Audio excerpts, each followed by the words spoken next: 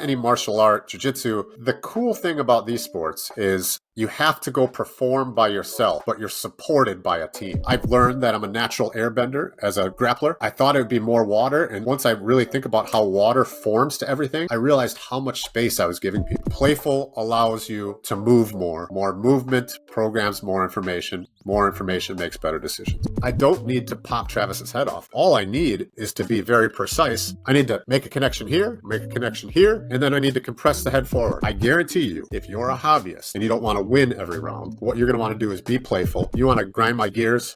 A tap is a tap. No, you're my friend, Travis. If I get you to tap because I took my knee and dug it in the back of your neck and you tapped, gotcha. All right, welcome everyone to another episode of Elbows Tight Podcast. Today I have a very special guest with Josh Janis. How you doing today, man? Man, I'm doing wonderful. I would say I'm doing very good, if you would. And that's going to stay in. I'm not going to remove that. Oh, please. Yes. Anybody that's ever been to one of my classes is like, yep, that's his humor for sure. Yeah, that's funny. You know, sometimes you have like this especially in jiu-jitsu, we have like this perfectionist mindset of like, oh, we can't make mistakes, or we can't show like a vulnerable moment or something like that because it'll get taken advantage of. And in podcasting, I've realized that, and in jiu-jitsu, like sometimes you got to be vulnerable. Sometimes you have to show the mistakes because people are going to learn from those. And I'm going to learn that not to try to hurry up and say very at the beginning of a very and special at the beginning of an episode too fast now. But look, it turned out you took that chance. Instead of holding the person there, you took the chance on doing a back step or doing some sort of weird gator roll. And now, hopefully, somebody laughed at that. You know, yeah. Whereas they would be like, oh, it's just another, bringing the podcast in. Nope. Now we teed it up with a wonderful dad joke. Right. So, hey, Josh, let's go ahead and get straight into who you are, how you got into jiu-jitsu and everything like that. Give people a little bit of context to who you are. Sure. I am, Joshua Janis from Milwaukee, Wisconsin. Been doing Brazilian Jiu-Jitsu for 20 years when you add it up. My first class was in 2000 when I was a freshman in college. And then there was like a 3.5 year gap. Who knows what I was doing? Probably partying too much. And then ever since, then the school that I transferred to offered it as credit back in 0405 is wonderful. And so, of course, the student that I was like, wait, I can get credit for doing this thing that I used to do? Yeah, let's do that. And then from that, ever since, I've been training jiu-jitsu. That's awesome. I don't know why we don't have more of, like in Japan, they have like judo, they have all these like martial arts as part of like just like everyday curriculum. Like in high school, it's like one of those things you take is judo, right? And I guess it's equivalent to wrestling for us. Like, America has a huge wrestling, but I would love to see more thrown into like the school system as like an opportunity to learn a martial art or something like that. We have like we're even like getting rid of like shop programs and vocational schools and stuff like that. I'm like, no, bring that back. Like kids, they give everyone a chance to learn something kind of cool, and having a variety of sports, especially grappling sports like judo or wrestling, jiu-jitsu or something like that. I think that'd be kind of cool too. Hey man, these sports also, like whether it be wrestling, boxing, any martial art, jiu-jitsu, the cool thing about these sports is, at least to me, you have to go perform by yourself, but you're supported by a team. As opposed to football, and I love watching football too. I'm not trying to shit on football, but it is different in that you can do your job. You're one of 11 people. You could do your job as the left guard, and the quarterback sucks, and the team's pretty much going to suck, right? Like, or if you can kind of hide as well. You could have a bad day. If you have a bad day on the mats and you're competing or you're challenging yourself, well, then, there's no one to blame but you. But when you get off the mats, you have a team supporting you. And that's, to me, I think that's just super, super valuable and analogous to life. Yeah, the camaraderie you build in those moments too. I always talk about, like, it's one of my favorite things about the martial art is Well, I mean, I think you could have that camaraderie in anything that you do, difficult things, and go through adversities with a group of people. But I think jujitsu, there's a little bit more of the aspect of we're together because we're doing it together, and it's like a fight between each other, but it's the mutual understanding of like a tap is you should release it, and it builds this relationship that I haven't really seen anywhere else. The closest thing I can compare it to is when I was in the Navy. It's like, we go through a lot of BS in the military, and you build a strong relationship like that, and it's the same thing in jiu-jitsu. Well, not the same thing, but very similar in jujitsu. For when I was starting my business, so I'm a hobbyist. I have a gym. My partner and I have a gym, but it's not my day job, if you will. And when I was starting my day job, I did a bunch of team building uh, exercises because what I do for a day job is I'm a coach on one of the companies, coach for business culture communication. So it started off doing a bunch of team building stuff. And realistically, what I've realized about team building is it's just putting people through mutually shared experiences. So it's the more difficult the mutually shared experience, or the more unique, or the more emotional that they have an attachment to it, the stronger the bond is going to be. So this is why the military is one of the biggest. I mean, some of those guys, and I was not a military guy, so please correct me if I'm, stepping out of line here. But you have people that you're like, man, I would die for that fucking guy Oh yeah, or for that absolutely. gal, right? And like when you're on the mats, it's like, that's my teammate. Like when you're watching a teammate compete, or you're watching a teammate out there, you're like, how proud of you are, like you're like, no, that's my guy, yeah.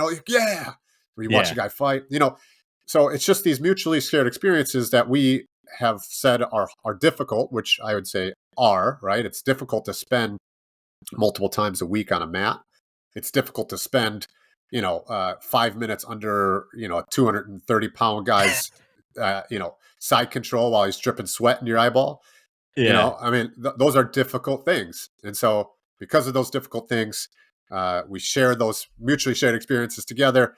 And that's why we bond, and that's why we get tighter.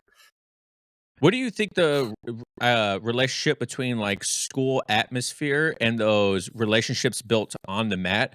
Where do you think? Because there could be tight knit friendships and built on the mat in a school that has a toxic environment. Where do you think the disconnect happens in those kind of scenarios? I think I'm missing in the scenarios, like, why is the school toxic? Is that what you're Yeah, like asking? how can like you be on the mats with these people building these great relationships, but then there's a toxic school or there's traits within the school that you would like, I don't want to be here, even though like these relationships are being built on the mats. Yeah. So I think, well, at first I was thinking you meant school, like a high school or Oh something. no, But no, I meant like an yeah, academy. Sorry. yeah, that's why it kind of threw me off. I'm like, there's a lot that goes into Yeah, that. I don't like know. on a college campus. Like, why do you know? Yeah.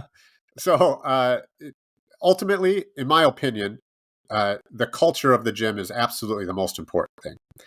And you can be, if, let me kind of back this up a little bit. Any stress or any toxic environment is almost certainly caused from incongruence. So this is, you can put this in your life as well. Like, whenever you're angry, it's most likely you had an expectation something should go one way and then it goes the other, right? Like, this person should be driving next to me instead of speeding up and cutting me off. There's an incongruence there. Incongruence equals stress. So this is my other business is personal coaching, and this is one of the main tenets: is congruence is the key to happiness. That applies in business as well. So at a gym, if it's like, well, one guy is, the instructor is best friends with that guy, so he gets away with some of the bullshit that others get yelled at for. Well, that's incongruent, right? Like, sometimes you can go hard, but if you happen to catch the instructor, then he yells at you. Well, that's incongruent, right? Like, just any incongruencies that you can see leads to a toxic environment. That being said, there's different scales of that. So me and you could roll in a toxic environment, as you were saying, and still have this mutually shared experience, because you and I may agree on what this should be. Yeah, that's a good point. And I listened to your recent episode with Chris Paynes, and you bring up the three P's that you of how training should go: precise, playful, and painless, right? And one thing that you mentioned to kind of like why I asked that question is because you mentioned, like you said in there, gym culture is the most important part of it, right? Like how can we build a culture within a gym as not the owner that could Hmm. possibly, supersede the bad apples within the group? So, a wonderful question. And I don't know that I have a great answer for that, but I do have a couple possibilities. Okay. So, first and foremost, now is very different than training in 2000. You have an incredible amount of options. Now, obviously, not if you live in a small town, not if you're, bumfuck Egypt. I get it. But in most cities now, you have quite a bit of options. And what I say to anybody trying our gym is I say exactly that. Like, find the culture that works for you because maybe my culture doesn't Hmm. work for you. And that's okay. Right. Pardon me. So, first and foremost, I think that's important. And if you train at somewhere for 6 months and you're like, this just isn't for me, then good. Then try a different gym. You don't have to quit jujitsu. You can try a different gym. You don't have to, well, this guy gave me my first stripe on my white belt. I can't leave this guy. Yes. Yes, you can. Believe 100% it or you not. can. Believe it or not, you are an adult. I shouldn't Yeah. tell you what to do. You can absolutely do that. Okay. So that would be my first thought inside your question. Second thought would be you can only impact what you can impact. So in any given opportunity, you can be the culture that you want to be. So if you hear, some guys talking shit about a teammate, don't join in, right? Like, you don't have to be like, oh yeah, that guy sucks. that was my shit talking apparently. Oh Yeah, that man, guy's that guy, terrible. yeah, huh? Just one of the guys over here. Just yeah, that guy sucks. They're Uh, like, what? yeah, but we were talking about you, man. Anyway, Yeah. so anyway, that was as an example. You don't have to join it. Okay. Additionally, when you roll, you don't have to roll to the death. So one of the things that I travel, I'm very blessed to be able to travel a lot and do jujitsu meaning with seminars. So I'm a BJJ Globetrotters coach. I go to other camps, coach at different camps. I do seminars all the time. So I roll with a lot of people. And I roll with a lot of people. Let's say, if there's 200 people at a camp, 20% of those are going to be guys that want to prove themselves. Like, oh, I've seen that guy's videos. I've seen that guy, I see that guy rolling. I want to, I want to prove myself against him. And it's not, I don't even blame them necessarily. That's how they are. That's how they've grown up in the sport. They want to see how good they are versus somebody who's been doing it for a while. I get it. Right. But the fact of the matter is, if you're me, a 165-pound, 41-year-old, that's a hobbyist, I can't do every role like that. So it might be your Super Bowl, but it's my safety, right? Yeah. So instead of having to sit around and like say, okay, well, do this, to go light or whatever. I feel their energy. I take a second. Every roll, I don't grab and I don't have tension. I don't. My arms are like noodles. If I'm placing my hand somewhere, it's literally gently, and my energy is as chill as can be. What happens? What's interesting about humans is we're mirrors. If you came at me, Travis, and you started yelling at me, you were like, I can't believe you did this, blah, blah, blah. And I look at you calmly and I say, Travis, I'm so sorry. Obviously, I offended you. What's going on? And you keep yelling, and I keep calm, and I'm hearing you, but I keep calm. Something's going to change. It's much harder to stay yelling at somebody when somebody's calm. Now, if you come in and you start yelling at me and I start yelling at you, well, then we're going to go up, right? Does that make sense? Right. Yep. Yeah. Same thing with rolling. Yeah. Go on. Sorry, I didn't mean to interrupt. Oh, that's okay. I just went on a great tangent, but I'll finish that up real quick. It's the same thing with rolling. In rolling, like if if you're coming at me, oh, then I feel like I have to raise the energy level, and then I raise it, you raise it, and then every fucking round's a fight, right? Yeah. So I can't handle that physically. That's not how I want to roll. Like, so I don't. Very, very, very, very, very rarely do I up that energy. And if they get into a good position, cool. If they submit me, cool, right? And luckily, I am blessed with the fact that like I've been doing this for quite a long time, so I can defend myself and not have to bring my energy up. And I get that there's some of that too, but for the most part, like just taking that ego out of the way, and it's interesting. 90% of those people will calm down. Like they'll roll just fine. It'll be a flow roll, and 10% is just like, well, fuck it. I guess this is what we're doing. You know, like I can't do anything about it. Like I'll stay calm, but you know, sometimes it's just like this is what I'm in for, and kudos to that guy. So when you talk about those 3 Ps, once again, the painless, precise, and playful, do you take that into your training even when you go do these globetrotters and you drop into these other academies? Is that like your main goal during your training time? Yeah, it's not that like I. It's even more important to do there. So if I I'm a well, front headlock stuff, but like especially guillotine. Like I have guillotine glossary 1 and 2 on BJJ Fanatics. Like guillotine, I have the most depth of knowledge as on as far as any move. And so like if I guillotine somebody outside at wherever that's not my home, I always do this at home too, but especially when I'm not at home, I say, "Oh, Travis, how was that? Okay? Was that cranky, or was that were you going to? Did that hurt at all?" Like I literally ask every time. Like it's not like unless I've rolled with them a bunch or whatever. It's the fourth key. I know most of the time I know, and so I'll let go of cranky stuff. Or but I think it's even more important. And then I don't know if you know who Preet Mickelson is. Yep. Yeah.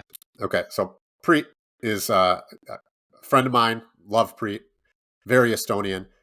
A couple of years ago, we were rolling and I had him in a guillotine setup, and he's yelled after, and I didn't like put juice on it, meaning like I didn't squeeze, I didn't feel like I had it 100%, like technically very precise. Could I have finished it? Maybe, but it wouldn't have been on what I would consider on brand for me. That's not what I'm looking for. It wasn't like it was world championship, right? And we had like a half an hour conversation after this. It's like, well, why didn't you do this? I'm trying to work on my guillotine. And I get that, right? But we didn't talk about that beforehand. He was trying to work on defense, of course. And, so I got that. But also, what am I going to fucking just go after this bear, this like this defensive jiu-jitsu legend that like, Yeah. I'm just going to start cranking. That doesn't fucking make sense either. Like, if beforehand he would have been like, hey, if you get this, give it, right? Like, all right, I get that. Then we're talking, but then we can play about it. But I'm just not going to do that. But he was legitimately perturbed that that I didn't like go for it. How did But you come up? Where did in your journey did these values come from? Like, is it a previous injury that happened? You're like, hey man, I need to switch it up, and you kind of started building this mindset, or like, how did this all happen? well, it's just I see so many people get injured, and I felt like how my body was, and like I just thought about it, like growing up, my first jujitsu back, like I said, back when I was a freshman in college, like I trained at a place called Dave Strasser's, who was an old UFC guy in Kenosha, Wisconsin, and like it was part of his house. He like put some mats in the house, and like you get some water, you go walking into his kitchen, and like there were some pretty big names there at the time, like Big Ben Rothfeld was there, and like uh, let's see, Nick Aguilar, not whatever, all local but big at the time guys, and that was more of a you go in, you get beat up, and then when I went to when I made it to my next place where I spent outside of Henry Matamoros, who was like the main guy in Milwaukee. Once I made it to Nutriground, where I trained for 15 years, it was like again, like I would be nervous to walk in. Like we would go significant harder, and like as you gain wisdom, it doesn't seem like it needs to be that way.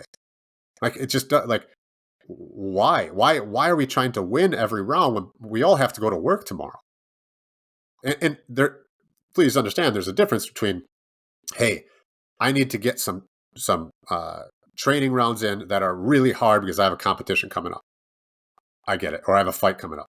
That's a different story. I'm talking about a random Tuesday night. Like, what the fuck are we doing, right? And so, like, when you really think about it, what the fuck are we doing? Why are we trying to kill each other? Why not understand exactly what's happening, right? Like, I've seen so many rear naked chokes, rear naked strangles, uh, that are okay. You put the arm underneath here, lock it up, and squeeze. What the fuck is that? What's happening? Why am I doing that? Like it's and on everything, just everything. And so once you think, okay, wait, I don't need to pop Travis's head off. All I need is to be very precise. I need to make a connection here, make a connection here, and then I need to compress the head forward. How I do that, the world's your oyster, right? But that's what I need to do when I'm on your back. Connection here. It doesn't need to be a heavy connection. No. It literally just needs to be a wet noodle coming through and just a connection. And as I compress everything forward, well, then I'm kinking the hose. No pain, more efficient, more effective. So why wouldn't I do that version instead of put your arm under here and squeeze? But we all parrot what we've known forever, or known, right? We just parrot what our coach says. But like, let's understand what we're doing, because then I know that if I have something and I can't compress your head, well, why am I on a random Thursday afternoon going to just break my arm across your trachea? Like, maybe I get you to tap from that pain, but what fucking good is that? Like, like nobody in a high end level competition is going to tap from that. Additionally, now you have to drink weirdly out of a straw for the next 2 weeks. Like, it's just, none of it makes any sense to me. So I don't know that I can point at an exact moment on when it happened, but over time, the more that I saw, the more that I was like, hey, we can do this a different way. Like, let's really get people understanding what they're doing, right? Like, how are they breaking an arm? Although, as Chris says, which I fucking love, spraining an arm. It sounds way less. It sounds like it takes the bite out of it, as he says, like, because that's actually what you're doing. You're not.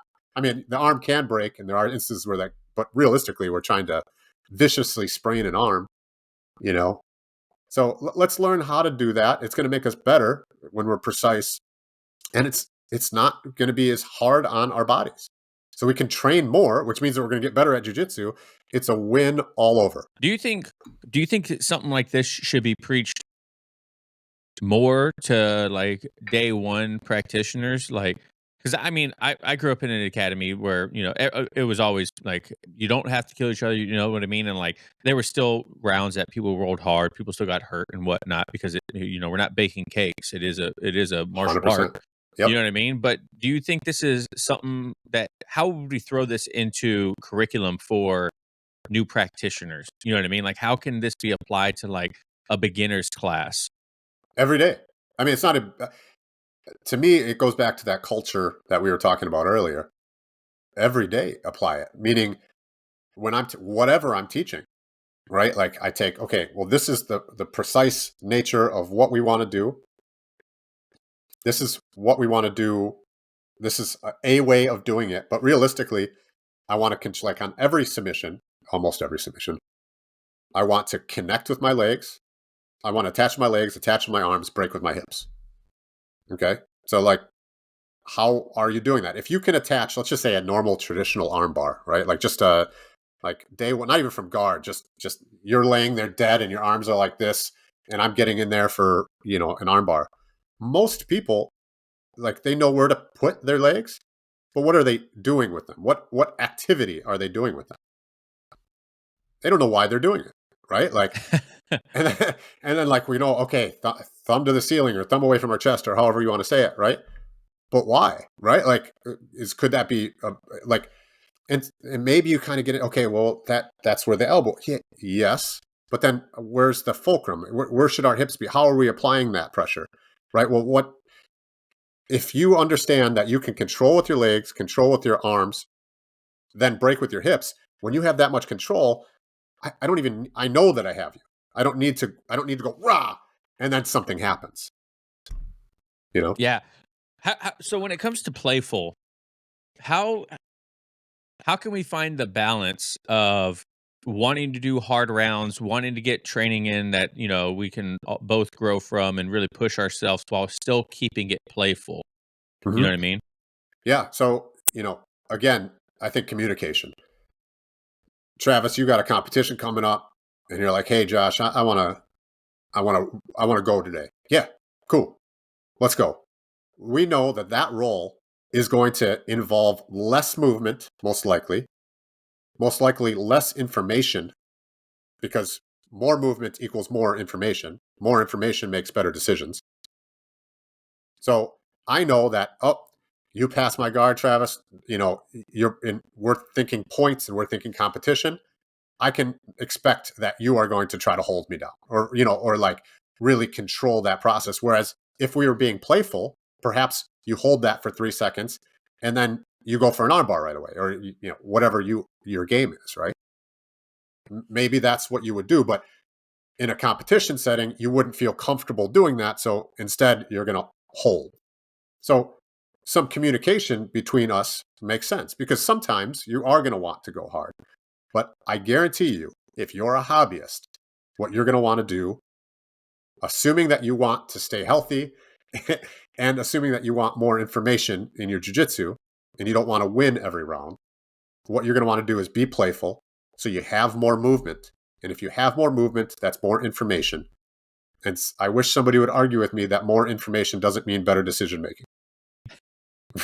It's common. It seems like common sense, right? So yes, sometimes, hey, let's go, right? Like let's do it, right? But then I know that's not my learning rounds. But you probably want more learning rounds than fights for all the reasons. I think also keeping it playful too. When I roll with like newer practitioners, like white belts that have only been doing it for a couple months, if that, I really just try to make it like playful, joking around, kind of like Craig Jones talked about this to your point earlier when you said like you're loose, not giving too much feedback. Craig Jones talked about the second he rolls with people at camp, he lets them know this isn't serious. Right. He's doing stupid stuff from the get go. And a big question or a big comment that I'm sure you hear all the time too from newer practitioners, like, I just don't know what to do. It's like, well, don't worry about that. Just like let's just build the reps of just going through a round and just having fun and getting comfortable with that, because then then everything else will come with it. And I'll argue with you a little bit. Too much information for those people, right, Hmm. is not good, right? Because then Well, they're just inundated. They're like, I don't yes, know what to do with all this. yes, You know what I yes, mean? But you don't know what you don't know. And I always talk about, you have to build your base of information before you can really seriously start asking questions or really seriously start learning. Like, you just need to have like a general understanding of something in order to feel like you can learn from it. right. But if you don't roll, then you're not ever going to have build that base of general understanding of what happens in a live round. So you can build the information off of that, if that makes sense. 100%. How I like to think about it is principles is a gated community, and you need at least one method. You have to understand one method for a key into that principles. And then once you're in there, you can play around and do a bunch of stuff. Yeah, So you absolutely. you said something, and a great argument, by the way. That's a really good point, that too much information can be uh, detrimental, or they just won't retain, right? So Right. the challenge that you brought up is retention if there's too much information. Now, let me ask you, let me kind of counterpoint that.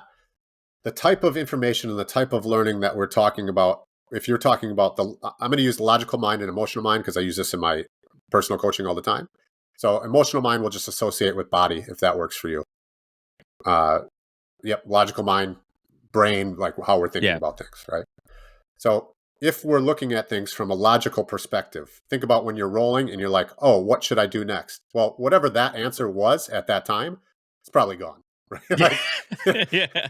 right? Like if I'm looking for something specific, if I'm working on something specific, like, and I start thinking about it, it's like, God, I'm so far away from that it's just, absurd. And it just seems like I'm always so far away from it because it just slows everything down. That mind cannot process too much, right? Certainly on a scale, but that logical mind needs to take the time to think. Your emotional mind, or what your body's feeling, in my opinion, is constantly learning. So it's Yeah. not, it's now, would it be learning that uh, I could then be like, oh, I now know how to do this armbar in 13 different ways? No, but it is learning in that for some reason, I know that I can kind of stay out of that armbar if I just kind of wiggle my shoulder just a little bit, right? But that applies so many different places, and you subconsciously or through your emotional mind picked up that information. So uh, that's how I look at those differences in information, and I haven't yet found somebody that was like that was too much, like when it's movement based. Real quick, this episode is brought to you by our Patreon and YouTube members. Thank you guys so much for committing $5 a month for exclusive and early content, and you get priority Q&A, and you will get secret live streams, and also you have the opportunity to get your roles reviewed by myself and a past guest or one of my high-level friends that can tell you what you're doing wrong, what your goals are, and where you should be focusing. Also, you are directly supporting the podcast and allowing me to keep improving and keeping my editor Dan. So thank you guys so much to my patrons and to the YouTube memberships. If you guys want to join for $5 a month, link is down below. Thank you so much. Back to the show. Peace. No, that's a good point because, you build muscle memory. Your muscles don't have like memory like that, but that's the key that we use. And that's a great point because going back to just getting those rounds in, then you start building that body awareness of like, oh man, now I know I don't want to move that way because there is pain. I don't want him to get in this position because Yes. there is pain. Like, you know what I mean? Like or a lot of times we learn from negative things and positive things, but most of the time when you first start, you realize like there's not a lot of positive. So you're like, I don't like that knee on my belly. I'm just not going to try to get there. You know what I mean? Right. Yeah, absolutely. Absolutely. Yeah.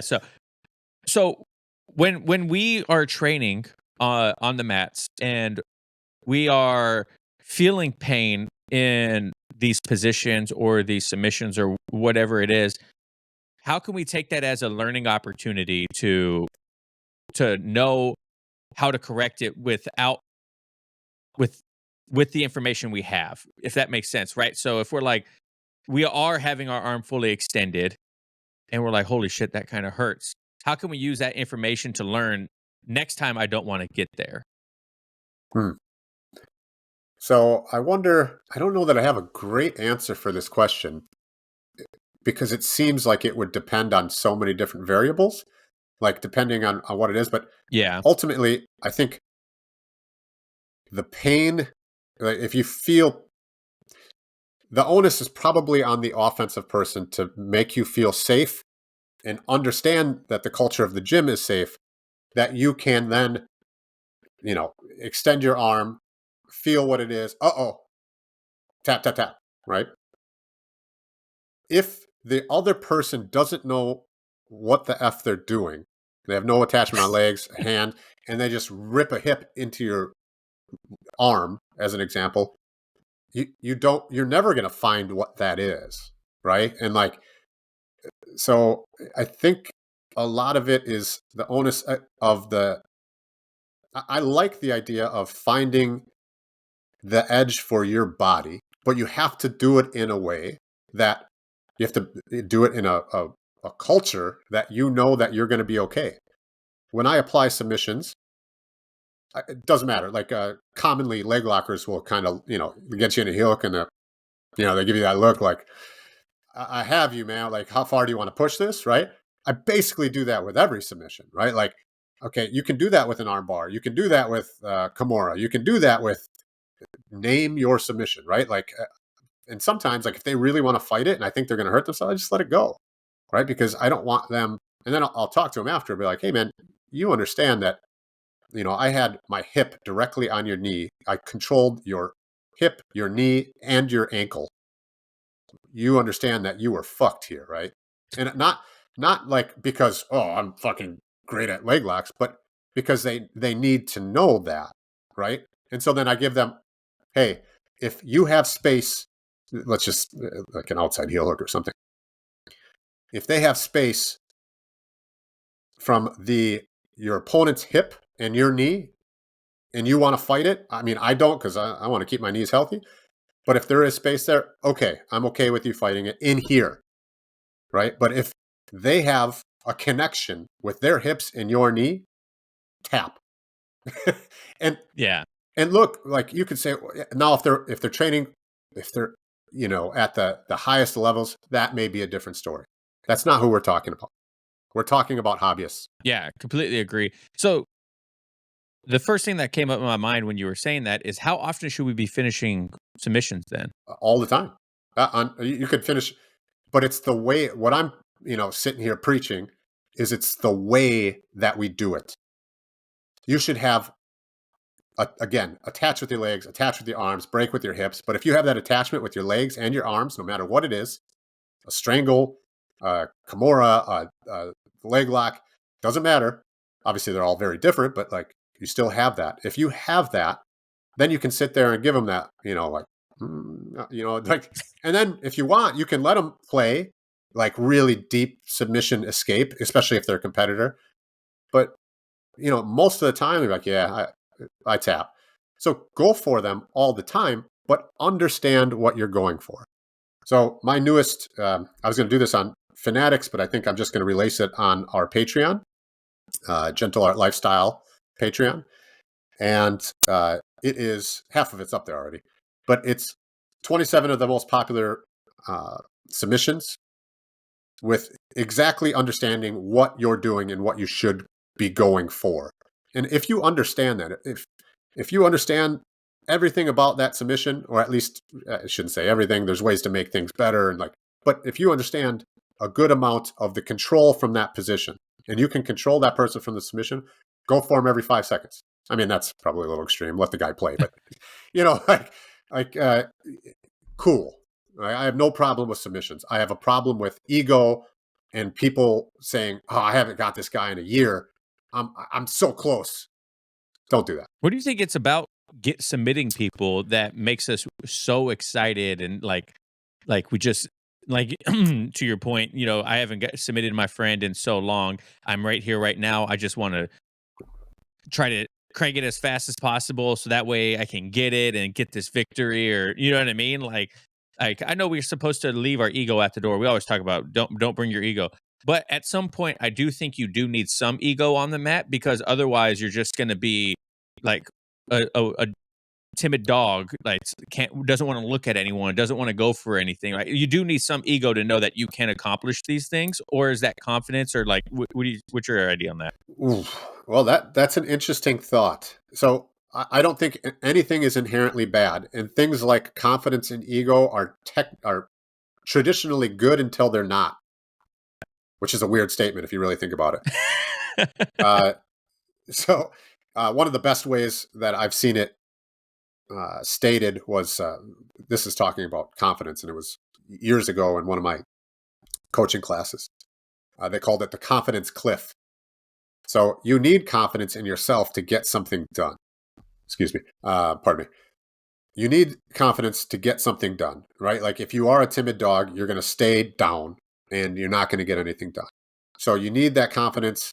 Okay, I got this. Let's say it's business. I got this product idea. Okay, now I'm going to take this idea. I'm going to do the first steps to get it going. Okay, well now I got a prototype, and you still, oh, man, if you lose confidence at the prototype, you're never going to get it done. So you need to go up there, but then there's a cliff, and that cliff happens when I got this. We have our first $5 in the bank. Now we're fucking successful. Travis, I don't need to listen to you. I don't need to hear. I know better. I know that the problems that you're telling me that we're having in the factory, I know that that's bull. You just work harder. That's that, then that confidence is what's going to kill you, right? So you've already off the cliff on that. So you're right. Ego's the same way. You need to, not need, because I think there are other ways. Ego isn't a bad thing to experience life and experience jujitsu to a certain degree. But once it stops you from getting good information and puts blinders on, then it becomes a bad thing. Yeah, absolutely. When it comes to instructionals and learning outside of teaching on the mat, how do you guide your students into, or people coming to you for information, how do you guide them in the vast variety of things that we have on the internet that they can get, or seminars and whatnot? How do you like guide them to make the right decision? That way when they come back to class, they're not going for random things that you're like, what are you even doing? Like you're gonna you're gonna hurt someone because no one's ever seen that before. I am, I I'll bring all of it, take all of it in. Like, I think this in life in general. Like, don't just be a Democrat. Don't just be a Republican. Don't just be a libertarian. Take it all in and make decisions based on what's important to you. And feel free to vote one way and then 4 years later vote another way. It's information.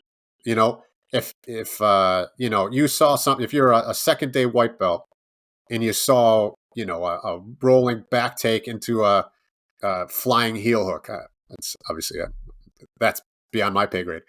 But if you see that, right, like, okay, like, cool.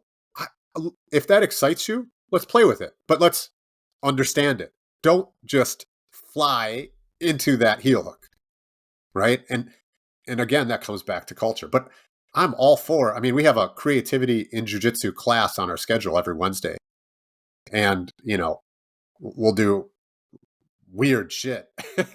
Actually, if I may go on a little sidebar on that, because it's so my partner, my girlfriend, is a brown belt, and was a school teacher, a high school teacher, and so she teaches creativity in jiu-jitsu. She rolls like I think somebody called her an interstellar space creature while rolling, or interstellar space octopus, or something. Like, she's just the weirdest, really awesome roll. Anybody listening to this that has rolled with her is gonna be like, yep, that's a good, yep. So Megan put together a unit using Avatar: The Last Airbender. I don't know if you're familiar with Avatar: The Last Airbender. Are you? Yeah, yeah. No, I'm So not like super familiar, but I know of it. okay, so there's the bending, or the elements: air, water, fire, earth. So we've gone through, over the last couple months, we've gone through in each class, and okay, so these are techniques that we could see being more towards airbending. This is a style of rolling more towards airbending. This is a style of rolling more towards earthbending. These are more earthbending moves. And man, it's been fucking awesome playing these. like I've learned that I'm a natural airbender as a grappler, right? And but I thought it would be more water, and like, once I really think about how water forms to everything, I realized how much space I was giving people. And like, ever since then, now it's like, if I attach to your arm, it's just awful. Like, like, because I'm thinking of like every little gap, just like the old Bruce Lee quote, like something like be like the water, pour the water in the cup, it becomes the cup, pour water in the teapot, it turns into the teapot. That type of thing. Like, oh, okay, I want to be attached to this arm or whatever. So creativity, like finding stuff on YouTube, creativity, any submission, let's figure it out. I please look at it, please find it. I grow from that too. I can be like, oh shit, well, that seems pretty awesome, and I've never seen that. Or just bring it all. Our culture dictates that we're not just going to do flying heel hooks. So, do you think that there should be this preconceived idea of minimum knowledge level for certain submissions, like white belts can't do heel hooks or leg locks or whatever? Do you how what is your point of view on that? Oh, you're cracking the fingers if you guys aren't watching. He's getting ready for this one. Uh, there's one of my favorite stories that happened in the last few months. A student from another school came to our open mat and said, I have a competition. It was a blue belt. I have a competition coming up. I plan on training no gi, or I plan on doing both gi and no gi. However, at my school, we don't learn leg locks until brown belt. I heard, this is where it gets awesome. I heard that you will teach heel hooks to white belts. Can you show me some stuff? A badge of honor, man. Yes. Yeah, right. I don't think anything is, and I understand this is against tradition, but fuck it, man. I don't think anything is, we shouldn't be teaching, because quite frankly, that's like trying to control the wind. You don't think that your student, if they want to go learn heel hooks, you don't think that when they go on YouTube? Would you rather be in your gym where you can tell them, hey, this is the breaking mechanic. This is what you have to be worried. These are all the things that could hurt you, or that you could hurt somebody else. Let's understand it and then go. Right? Like, I would much rather have that than say, no, that's not for you. Like, what? It just doesn't make, especially when at blue belt at Grappling Industries, there's a bunch of leg submissions that you can do. Right? You can knee Like, bar. yeah. Yep. Or whatever, like, it might not have been Grappling Industries, but like in her, whatever one that she was doing, it was no heel hooks. So it was anything else but heel hooks. And so, like, yeah, like, but I want my guys, if they go to an open gym or an open mat at a different gym, they should know, hey, I'm in trouble here. I got to tap. Or they should know, I caught this guy, but I don't want to rip his fucking leg off. And then, those White Lotus guys are always painful and not precise. No, information. I want to help people get the information that they want to do. Travis, if it's your, if you've been grappling for a month, but you have some sort of natural disposition to going upside down, cool. Let's play with that. Let's play with it. I'm not saying that you shouldn't also learn other things, but like, let's play with it. Let's see, because my journey isn't your journey. So how do you handle new practitioners when it comes to your class? Do you have a beginner's class or like an on-ramp, or do you just throw them straight into the Shark Tank day one? Yeah, I just beat them up. No. Welcome to the dojo. Yeah. I preach all this. And like I said, incongruence, right? I preach all this and I just beat the shit out of them. No. This is what you could be. Yeah. We have a white belt method class, which is the only class that I have a whole curriculum that I created. In that curriculum, I have 4 white belt method class specifically. And then in that class, I try to get them to start on one of those 2 days. It's a Tuesday or Thursday. So I try to get new people to be there on that particular class. And then we have on a Mondays what's more like an ecological class. Now, I have a little bit of challenges with eco, but there's a ton of good stuff about it, right? Like, and just that a live drilling with, to me, a little bit of a game and making it even and understanding that we're both working together. Like Chris says, solving a puzzle, that's great. Then we have creativity and jiu-jitsu. And then we have a long form rolling class where like no explosive movements, no holding for any amount of time. You're going about 20% and we're rolling for 10 to 20 minutes, depending on, what the guy who rings. Interesting. Dude, it's amazing. And then in that class, especially, I'll put myself in crazy shit. Like, because I know that they're going to try to submit me. We're still rolling, but it's at a 20% level. So like once it's like, oh no, all right, I tap, right? Like, so anyway, I think I lost my question. That's right. We were talking about beginner's class. Beginner's class, yeah. So I teach them all, man. I all the information, and if you're interested in something, awesome. I don't try to curb that. I'll help. I'll give you the sugar as long as you eat your veggies too. Earlier you mentioned the being able, if the gym culture isn't right, and this conversation's really revolved a lot around gym culture and the people that are in the academy. How can people know before signing up if it's right for them or not? What are some tips you could give them to find the right academy? Well, I mean, that's tough because the right academy is going to be different for different people. So I'm not sure that I could say things that I like, but that may not be for you. I mean, like, there's some, I don't even want to start up. There's some schools that are very popular that I don't think is good, right? Like, and so, if I were to give you an answer to that, then it would be quite biased, right? But if just, I guess, just like anything, talk to the person, feel their energy. If you understand what I'm saying with that, like, roll with people. How helpful are people? If that's your thing, right? If your thing is, I want to be a fucking world champ, well, then look around and say, okay, well, how are these guys going? How are these guys training? How, what is their record with, training people and winning competitions? What, there's, so you have different things to look out for what it is that you want. By the way, Yeah. sorry, I want to make sure. Yeah, go ahead. I am providing, I think a good coach in general provides perspective. I don't think so. Like,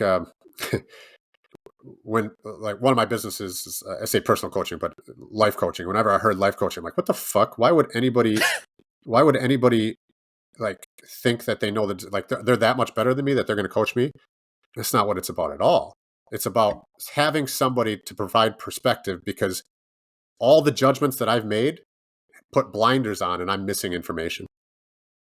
So everything that I say on these podcasts, like, yeah, I'm passionate about, but that's you don't need to be passionate about. And I'm not even saying that I'm necessarily right. I'm just providing a different perspective. So I know that, especially this podcast, I don't know, this tea must got fucking jacked up, but like, I don't want it to be like, this is the way. I want to say this is a way. Yeah. Yeah, I usually tell people, if they're at an academy or they're looking for a new academy or whatever, I always tell them the first thing that you should look for in an academy, not you have to, but if it fits your lifestyle, right? If you can afford it, if it's close enough, if it has classes that you can attend, right? All these things are very important, right? Like, Sure, yeah, man. are kids welcomed? Like, is it an environment you want your kids to be in, or your spouse or whatever, right? Like, those are all things that, like, you should look for right away. And then it's like, what are your goals within jujitsu? What do you want? Do you just want to be a hobbyist? Then it's a lot easier to find an academy. Do you want to be a world champion? Well, that's going to take a little bit more of, some fine tuning in the search. You know what I mean? And then, you weigh and balance what's more important based on what your goals are. And I've seen some people actually heard me say that. I got a message from someone, and they're like, "Hey, that was such a great way to look at it, because I was driving, X amount of time to an academy because I really liked it there. But I leave work and I go to an academy that's closer to my work, and then I get to train right after work, and I just go home, and it's so much better." Yeah. I was like, well, I didn't even think about that. Now I tell everyone, I'm like, well, look at an academy closer to where you work. Maybe that's the better option. I mean, 100%. That makes total sense. And like, when you think about building habits, like, you don't tend to build habits that are difficult for you. If you had to, walk in the snow, uphill both ways to get a cigarette, it would My be dad, every story, yeah. I mean, barefoot. you wouldn't smoke as much, right? Like, you're like, well, I could go for a cig, but then I got to walk barefoot in a snowstorm for 45 minutes. I'm going to pass, right? Like, Yeah. and so, I mean, that's what we're talking about. Like, ultimately, we probably agree that it's good to have the habit of Brazilian Jiu-Jitsu, and your environment matters. Meaning, like, if it's right next door, you're way more likely to go in, Oh yeah. even on a bad day, than if you have to sit in LA traffic for an hour and a half, right? I don't know why I brought up LA traffic. There's zero. Yeah. I don't live in LA. I haven't been to LA for like 7-8 years. But It's because man, LA traffic's that bad that you don't even have to live in the California to know that's the yeah, worst traffic. yeah. just randomly shitting on LA traffic, man. Yeah. So for your three Ps, do you plan on, like, releasing anything for them to go in greater detail about it? All sorts of different stuff, man. So, uh, half of the 3 Ps instructional is on our Patreon, on the Gentle Art Lifestyle Patreon. The other half I'm working on right now, really good quality. Uh, I'm really proud of what that I was able to put together. Additionally, I'm going to do a string of seminars literally all over the world, or at least this is my goal. Um, so do a string of seminars all over the world, and the cost for the seminars is just an active membership on the Patreon. So Oh that could wow. be, yeah, that could be. I mean, you literally could just like sign up that day for $5, because our lowest level is $5. So just an active premium membership, and you can come on in. So I guess if you don't mind, if By all anybody, means, go ahead. yeah, if anybody, this is I'm doing all these podcasts. I shouldn't say all these. This is, I think, my fifth one. I'm doing a lot of podcasts, and I think the goal is to promote the idea of painless, precise, and playful. Not only because it's better for our health, but also because it's better jujitsu. It's more effective jujitsu. And so I think these are win-win ideas. If you like that, then there's going to be a community for you on the Patreon. And then, I'm just going to try to build that community through the seminars that I do in this particular way. No, I think that's great because I mean, when you messaged me about it, I was like, "Oh, that's great."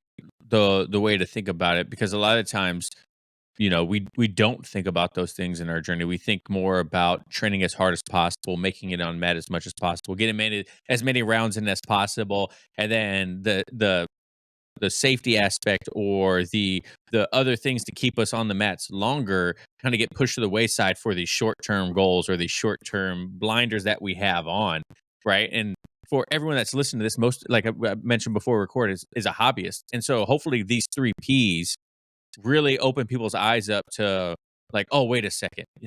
I should approach these roles today, just today, maybe a little bit differently. And then Man, that would be tomorrow I great. can go a little bit harder. And then the day after that, maybe put it these little pieces. Could you apply? Are they all inclusive? Do they have to, in your eyes, do you have to have all three at once, or can you apply them individually in roles? So I think painless and precise go together almost always.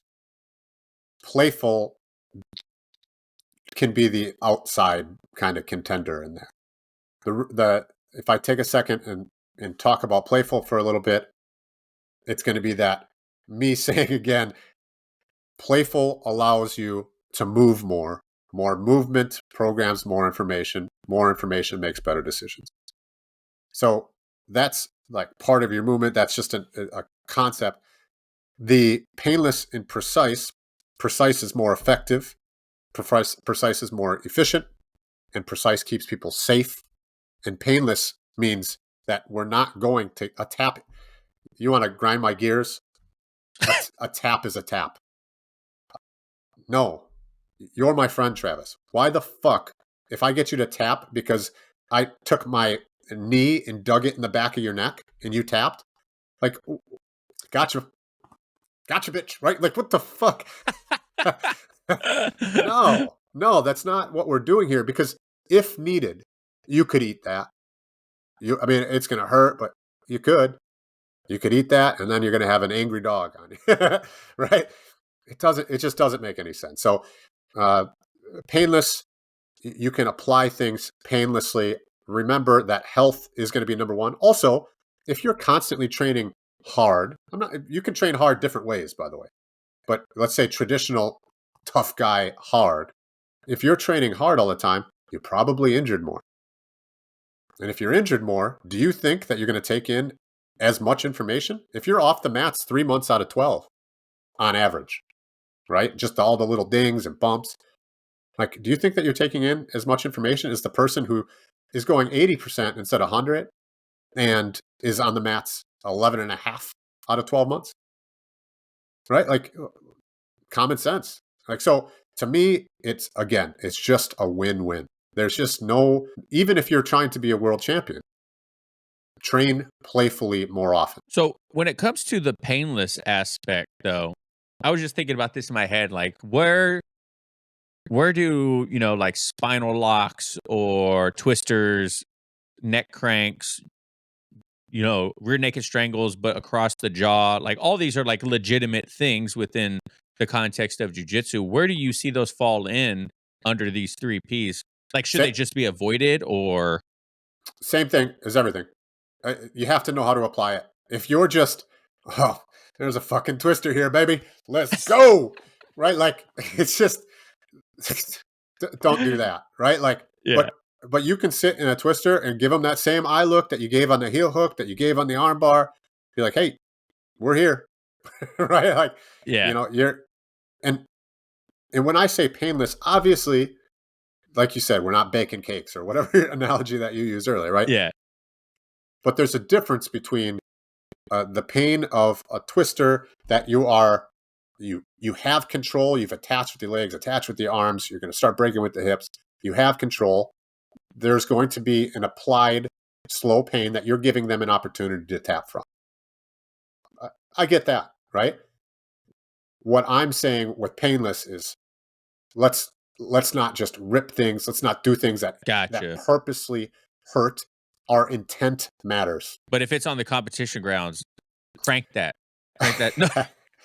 Maybe. Look, sure. I mean, like then a win is a win, a tap is a tap. If you're at ADCC trials, everybody signed up for that.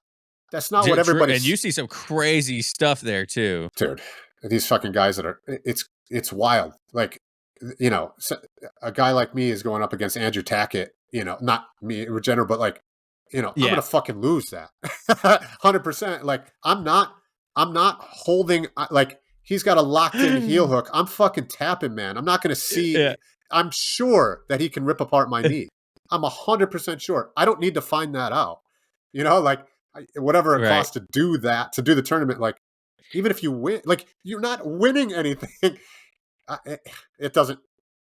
Train more. If it's a life or death thing, or a fight for the UFC championship and a fucking $1 million on the line, cool. Let's do it. Let's rip apart the knee. let's do it. But like other than that, man, I just don't see a situation where that makes a ton of sense. If it's 6 p.m. on a Tuesday, you just left work, you got to go home, make dinner for your kids, it's probably not worth it. Probably not, right? And if it is, find the gym that is worth it. That's not White Lotus. That's not our gym. Good point. Right? And that's okay. I'm not even trying to shit on you if that's your style of jiu-jitsu. Just I don't want that, right? I want to train. I mean, I've trained 5.5 days a week, right? Like sometimes 6, sometimes 5. And I roll every day that I'm there. Most every day that I'm there, right? If I'm not doing, sometimes I've done it. I got into boxing recently, so sometimes I'll do boxing workouts before or whatever, which is a humbling sport. I haven't boxed in like 15 years and like, ugh, God, I'm so inefficient. I digress. If that is your thing, very, very cool, man. Very cool. Just not at my gym, not in the culture that I want to be. And like, you can skip rolling with me too. Like I don't want that. Even if it's a blue belt and I can fucking, there's not much of a chance that they're gonna, do anything. I don't want that energy. Like that's just not, that's not for me. Might be for you. Yeah. Cool. Completely understand. Well, Josh, this was a great conversation, man. Hold on. I have a question for you. Yes, sir. We brought it up before we got on the podcast, yeah. And I want to hear about this because this goes right into the 3 Ps. If you don't mind, is that? No, by all means. Yeah. Awesome. So I had read on an interview that you did that you said that jiu-jitsu or something like this. Of course, I'm paraphrasing, but jiu-jitsu made you feel like you were 10 years older. Can you explain that? Yeah, it's just when I was first started jiu-jitsu, I was in my mid-20s, and I don't feel that way necessarily anymore because I don't get to train as much and as hard as I used to, just because my life is so busy with my family, kids, and work. Sure. But when I was like on the mats, all the time, training as hard as possible, I had that mindset of not being painless, precise, or playful. I was, trying to go as hard as possible, as much as possible. When I finally slowed down, that's when my body was like, oh, here it is. And I have injuries from the military too. So those all, they were just like, hiding, waiting away, Right. and my body started to relax a little bit more, and it wasn't used to training as hard, and my body started to hurt a lot more. Now I feel much better because my body's much more used to not having that intensity and whatnot. But sometimes when I do go a little bit harder on the mats, it does. I'm like walking away like, yeah, that hurt. That Takes a was a toll. that Yeah. was a yeah, that was a hard one. And I think it's just from uh my greenness in the sport. I've been doing it for 5 years now, 5, 6 years. I'm just a blue belt. And so I still have a lot of learning to do when it comes to just my body alone Hmm. and how I apply myself within the martial art.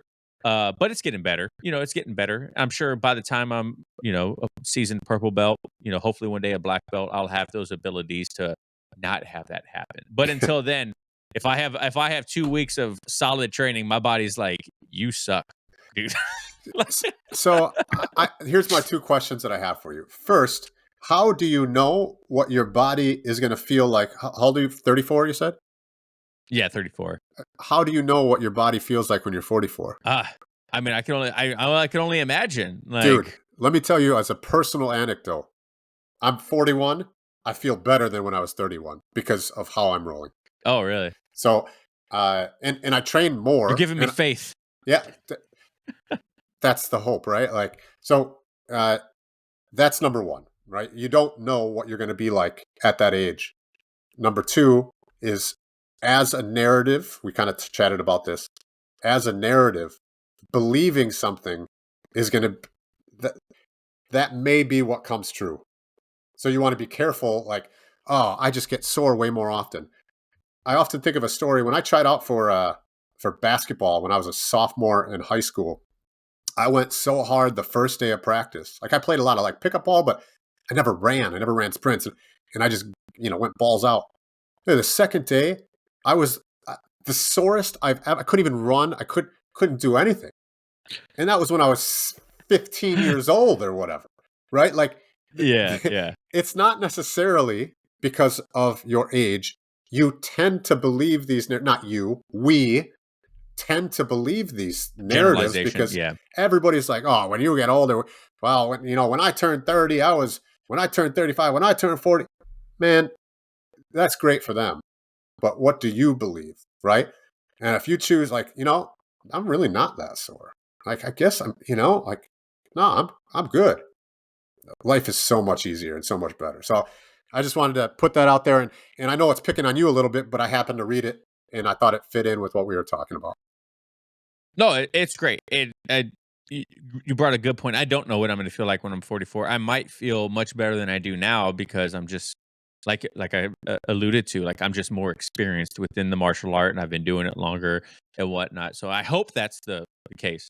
What if you I could hope have I'm not a blue started? belt at 44 years old. Yeah, that too, right? But what if you could have started doing painless, precise, and playful right when you started on mat, right? Like, No, yeah, absolutely. yeah. I So talked to Mike Bidwell, who runs the BJJ After 40 Facebook group and everything like that, and he just wrote a book. And one of my questions to him was like, "How can I prepare for training at 40 in my 30s?" He's like, "Oh, that's easy." He's like, "You just got to think about things like how is this going to affect me in the long run? Like being fully extended multiple times in an arm bar in a class is going to have it might not hurt super bad now, but down the road it yeah, could have more ramifications in your training. So just, like things like that and then intensity and training and stuff. And so no, I definitely now I think about it more. I'm like I can't be doing super hard rounds with a 20-year-old kid anymore all the time. Every once in a while, it's fun. yeah. I enjoy getting smashed, or having a hard round. But I'm not 25, 26 anymore, so I gotta look at different perspective. Something for your listeners, or at least something that I think about often, is just like a rubber band breaks at tension. Like you don't have just a regular rubber band just hanging out and it just breaks, right? You stretch, stretch, stretch, stretch, stretch, break. The more that you're at tension, the more likelihood that you have something to break. And tension Mm. doesn't just mean a locked out armbar. Tension means how you grab something, how you grab Oh yeah. someone, how your muscles are when you go around somebody's head. Are they flexed or are they relaxed? Tension all over. So the more that you can limit that tension, the more that you are in my estimation, a little bit safer as you're rolling. No, and I completely agree with that too. Because when I roll with the new white belts, like I said, Yeah. the first thing I tell them is like, dude, like you're holding on for dear life on Yes. things that have nothing to do with Right. being good at jiu-jitsu. Like, relax. It's okay. And I know it's so much harder to like actually put that into implementation when you're newer because you're just fight or flight takes over Right. for a lot of people, right? But it is safer for everyone if you can just like relax. Right. Like if you could be more playful or not have to worry about like, oh, he's gonna submit me. I am gonna submit you. Like Yeah. not It's you, okay. but you know, I'm like it's Yeah. like Yeah. and that's okay, right? And I will let you get into a position where it's advantageous for you so you can build that confidence and know what it feels like to be in a dominant position. And then I'm gonna get out of it and I'll probably submit you. But Yeah. Yes. Yeah. And that's part of the so game, right? Like that's okay. That's just okay. yeah. So All right. Well, Josh, thank you again, once again. If people want to find you, that's it. I digress. I like to end the show with the same question every single time. If you can give one piece of advice to a brand new white belt, what would it be? diaphragmatic breathe. Learn how to breathe. There's nothing more impactful to your life. There's nothing more impactful to jiu-jitsu than learning how to breathe. Almost certainly, or what I see is most people step on the mat and they're fucking dead tired. And then, I can roll for 2-3 hours straight. And it's not because I'm some fucking super athlete. It's because I've learned how to breathe. So diaphragmatic breathe, learn how to breathe. We go over some of that stuff on the Patreon as well. But I don't think there's anything more important than breath. If people want to find you, check out your stuff, where can they find you at? On Instagram, Joshua J_BJJ. On Patreon, gentleartlifestyle.com. And under Gentle Art Lifestyle, I'm sorry, on the Patreon, it's Gentle Art Lifestyle. The website is gentleartlifestyle.com. On the Gentle Art Lifestyle, you can go on to the White Lotus page. You can see some of the camps that we do. We put on 2 camps a year here in Milwaukee. Some of the other, like cold exposure things that I do. And then some of the personal coaching as well, you can all find on the Gentle Art Lifestyle website. But if you want to be a part of the community, and you can join the Patreon for free, certainly. But obviously, any of the premium levels, you get a free seminar. I'm going to be all over, man. This is going to be fun. Perfect. Well, Josh, thank you so much for coming on the show today, man. It was Feel like I won there. Be sure to go check out Josh and all of his stuff, man. And this was a great conversation. I can't wait for people to hear it, man. So thank you guys so much for listening and watching at home. Remember, no oil checks here. Peace.